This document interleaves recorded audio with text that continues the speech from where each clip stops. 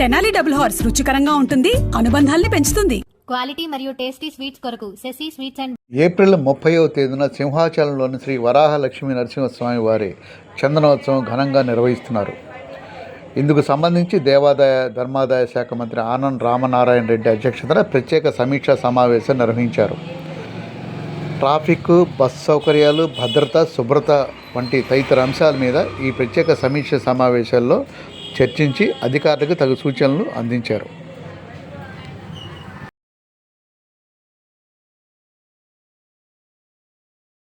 DGP ప్రత్యేకంగా ఇచ్చేటువంటి ABCD అవార్డ్స్కు తెనాలి డీఎస్పీ బి జనార్దన్ రావు ఎంపికయ్యారు. చెబ్రోలు పరిధిలోని ఒక బాలిక హత్య కేసు సంబంధించిన కేసులో ముద్దాయిని అరెస్ట్ చేసే ప్రక్రియలో డీఎస్పీ చూపిన ప్రతిభని వారు అభినందించారు. సందర్భంగా డీఎస్పీ చేతుల మీదుగా ఏబిసిడి అవార్డుని డీఎస్పీ జనార్దన్ రావు గారికి అందజేశారు. నగరాల్లో, పట్టణాల్లో, గ్రామాల్లో స్థిరంగా ఉండేటువంటి ఏటీఎంలే చూసాం.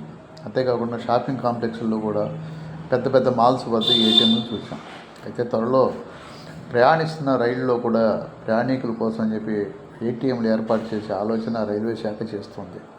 ఇదే అమలైతే ప్రయాణికులకు మరింత సౌలభ్యంగా ఉండే అవకాశం కలిగించినట్లే. బాపట్ల జిల్లా దేశాయిపాలెంలో ఒక చిత్రమైన సంఘటన మనకి కనబడుతుంది. అక్కడ ఒక తార్ రోడ్డు వేస్తున్నారు.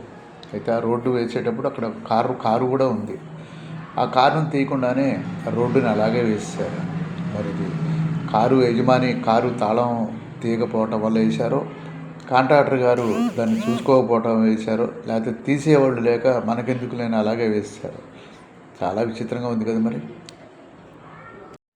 తిరుపతిలోని అలిపిరి భూదేవి కాంప్లెక్స్ వద్ద భక్తుల సంఖ్య ఎక్కువ అవడంతో రోడ్ల మీదనే రాత్రి వేళల్లో భక్తులు విశ్రాంతి తీసుకుంటున్నారు. చలువ పందిళ్లు వేసి త్రాగునీటి సౌకర్యం కలిగించితే ఈ వేసవిలో భక్తులు కాస్తంత ఇబ్బంది పడకుండా ఉంటారని అధికారులని కోరుకుంటున్నారు. ఎందుకంటే వేసవి పగటి ఎండలకు నేల బాగా వేడెక్కి ఆ వేడి రాత్రి వేళల్లో కూడా బాగా అధికంగా ఉంటుందన్న విషయం అందరికీ తెలిసిందే.